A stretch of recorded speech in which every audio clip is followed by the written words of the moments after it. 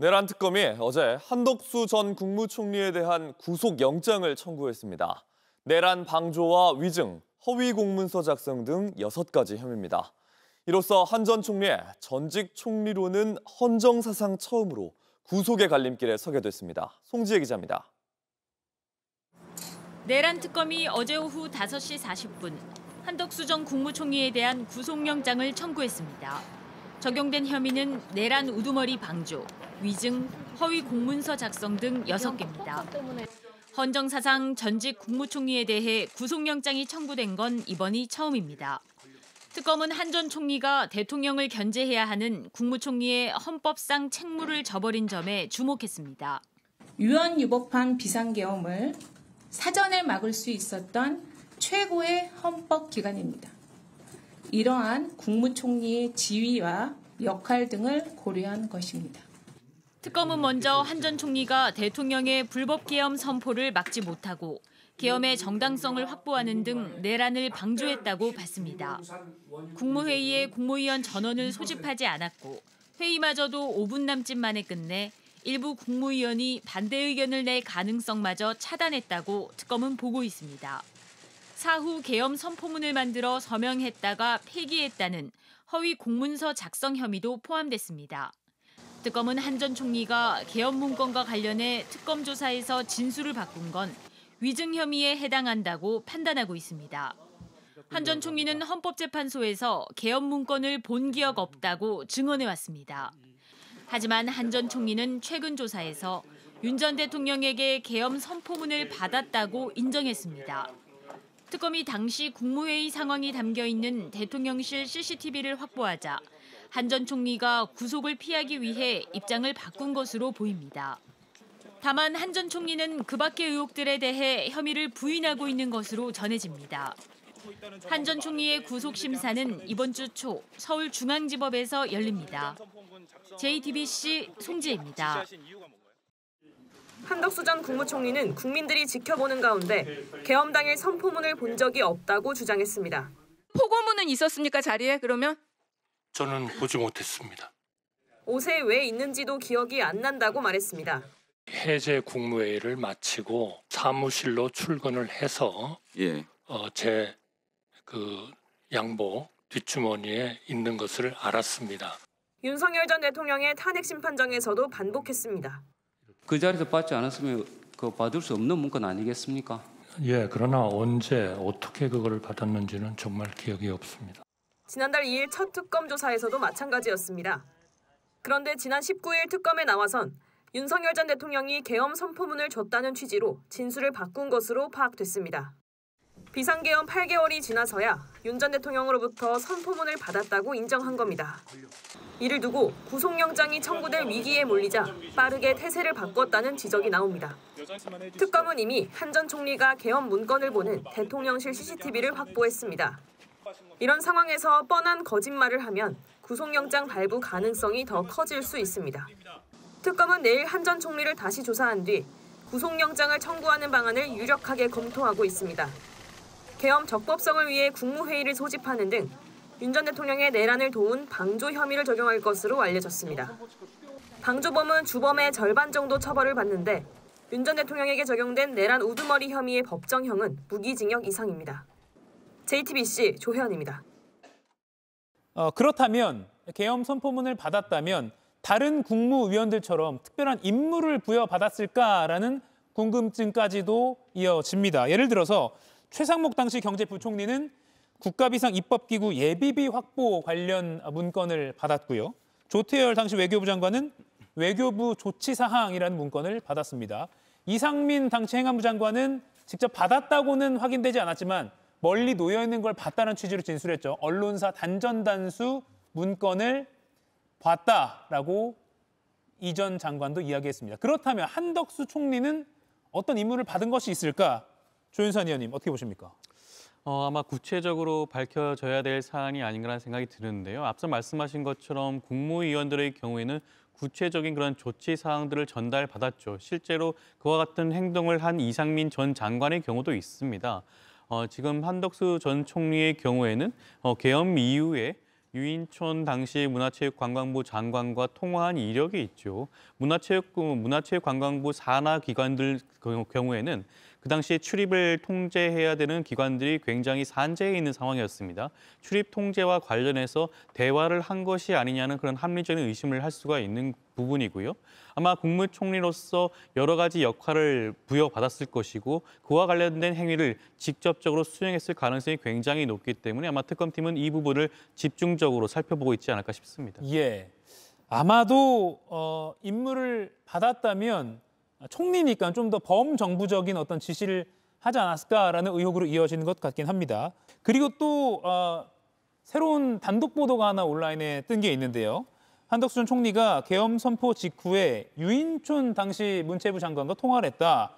이게 정부기관 폐쇄 지시로도 이어지는지를 확인하고 있다. 이런 보도가 있습니다. 김유정 의원님, 네. 실제로 당시에 그 한예종이 폐쇄가 돼서 한예종 관계자들이 특검에 참고인 조사받고 그랬잖아요. 그렇습니다. 한예종 총장도 특검에 나와서 조사를 받았죠. 예. 그러니까 총장이 어떻게 당시에 폐쇄가 됐는지에 대한 계엄 당일날 설명을 했을 거 아닙니까? 아마 그 내용을 특검은 가지고 있겠죠. 그런데 이제 이 사안과 관련해서는 총리실 산하의 국무조정실과 당시의 당직 총사령관실의 얘기가 서로 다릅니다. 그러니까 누군가는 거짓말을 하고 있다는 거겠죠. 그런데 두 개 다 총리실 산하니까 총리의 어떤 지시나 이야기 없이 이게 임의대로 가능한 것인가에 문제가 있어요. 예. 자, 국무조정실은 당시에 기관 폐쇄 명령을 한 게 아니고 계엄의 혼란 상황에서 이 총리실 정도만 청사만 그 폐쇄를 하고 좀 통제를 하자라는 얘기를 했던 것이라고 주장을 해요. 예. 그런데 당직 총사령관실은 무슨 소리냐. 국무조정실에서 우리는 총리실 지시한 대로 행정기관에 다 폐쇄 명령을 내린 거다. 그대로 한 거다라고 서로 얘기가 다르지 않습니까? 그러니까 이제 이 상황에서 총리가 어떤 지시를 내렸는지에 대해서 오늘 그 지점에 대한 질문이 있었을 것 같고요. 저는 이제 같은 맥락에서 유인촌 그 장관하고 통화를 했을 때 무슨 얘기를 했느냐. 당시에 추경호 원내대표, 그다음에 유인촌 장관 통화를 한 거 아닙니까? 어떻게 된 경위에 대해서 설명이 좀 있어야 될 것 같고요. 예. 그래서 제가 생각을 해보니까 이상민 장관이 지금 구속 상태인데 저는 아주 비슷한 것 같습니다, 지금. 이상민 장관이 거짓말을 했어요. 서류 뭐 멀리서 봤는데 뭐 단전 단수 적혀 있고 이런 얘기 거짓 증언을 했죠. 진술을 했죠. 그리고 또 하나는 단전 단수 지시 내린 적도 없다라고 발뺌을 했는데 하부 기관까지 다 명령이 내려간 거 저희가 다 확인했잖아요. 예. 소방청에서. 그러니까 마찬가지인 것 같습니다. 본인은 뭐 계엄 몰랐다고 얘기를 하고 있는데 하부기관까지 당직 총사령관실에서 실제로 명령이 내려갔고 행정기관 폐쇄라는 그리고 한예종이 일단 그날 폐쇄가 됐으면 이거는 어떻게 된 거냐 똑같은 것 같아요. 그래서 이 맥락에서 본다면 이상민 장관의 케이스하고 매우 유사점이 있어서 저는 뭐 구속으로 갈 것 같다는 생각이 듭니다.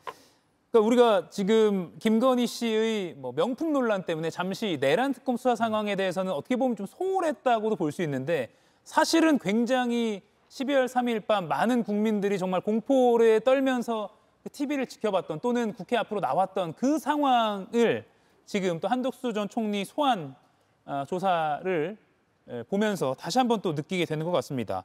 그리고 추경호 당시 국민의힘 원내대표와 한덕수 당시 총리가 어떤 통화를 했는지 또 이게 계엄 해제 의결 방해와도 연관이 있는지도 특검이 조사를 한다고 하는데 이재용 위원님, 국민의힘 내부에서는 이 당시 그 통화 상황 어떻게 좀 이야기들이 나오고 있습니까? 뭐 일단은 추경호 대표가 적극적으로 해명을 하고 다니는 것 같아요. 아 예. 네, 그리고 혹시 JTBC에서 그런 일이 있었는지 모르지만 추경호 대표 같은 경우에는 방송사에다가 본인이 그날 어떤 일이 있었는지에 대해서 해명하는 방송 요청을 다 하고 있는 걸로 알고 있습니다. 예. 그러니까 적극적으로 대응을 하고 있는 것이죠. 근데 이제 내용을 들어보면 이런 거예요. 그 본인이 전화를 받은 시간과 또 본인이 오히려 당사에서 국회 본회의장으로 의총을 바꿨다, 장소를. 그러니 지금 민주당이나 진보 진영에서 얘기하고 있는 방해하려고 했던 것이 아니다라는 얘기를 하고 있는 거거든요. 근데 그걸 전화 통화 이후에 했던 그런 얘기를 하고 있습니다. 그래서 그것이 우리가 논리적으로 생각을 해보면 방해를 하려고 했으면은 국회의사당에서 할 의총을 오히려 당사로 끌어냈어야 되는 거잖아요.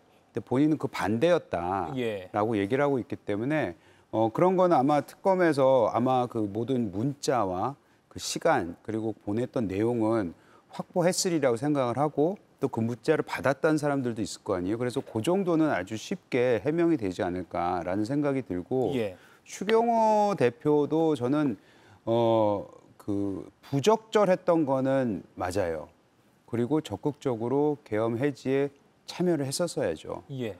근데 그것이 적극적으로 또 계엄에 동조를 했느냐 여기에 대해서도 저는 법의 판단이 어떻게 나올지 뭐 저는 법조인이 아니기 때문에 잘 모르겠습니다만은 쉽지 않을 것 같다라는 생각은 듭니다. 김영란 의원, 이 부분도 가담이냐 방조냐를 가를 수 있을 것 같아요. 의혹이 실체가 규명이 되면요. 그렇죠. 그거는 뭐 가담이냐 방조냐는 사실은 법률적으로 이제 법조인들이 판단한 문제입니다. 쉽게 말씀드리면 이게 방조범으로 기소해도 되고 공범으로 기소해도 유죄가 나오는 경우가 꽤 많거든요. 그래서 상당히 종이 한 장 차이라고 볼 수가 있는데 추경호 당시 원내대표가 받고 있는 어떤 혐의, 그러니까 국회에서의 비상계엄 해제 결의를 좀 방해하려고 자꾸 그 의총 장소를 4번에 걸쳐서 바꾼 거 아니냐라는 것인데 본인은 적극적으로 중간에 이제 국회 예결위원회 회의장, 예결위장으로 의총 장소를 바꿨던 것으로 해명을 하고 있거든요. 국회 본회의장, 그러니까 해제 결의가 이루어지는 본회의장하고 예결위원장하고는 상당히 가깝다. 로텐더홀 바로 건너편에 있는 것이니까 그래서 본인이 그 국회 소집을 방해할 의사는 없었다라고는 주장을 하고 있는데 하여튼 여러 차례에 걸쳐서 의총 장소를 바꾸고 더군다나 그때 추경호 당시 원내대표를 비롯한 한 7, 8명의 국힘 소속의 현역 의원들은 국회 내에 있었어요. 그러니까 국회 본관에 있는 원내대표실에 있다가 해제 결의에는 참여 안 하고 국회 밖으로 나왔거든요. 그 해제 결의가 이루어지는 시점쯤에 이르러서는요. 그래서 이게 뭐 다른 증거에 의해서 조금 그 뒷받침이 돼야 되겠습니다만 어쨌든 석연치 않은 것은 틀림없는 사실로 보입니다.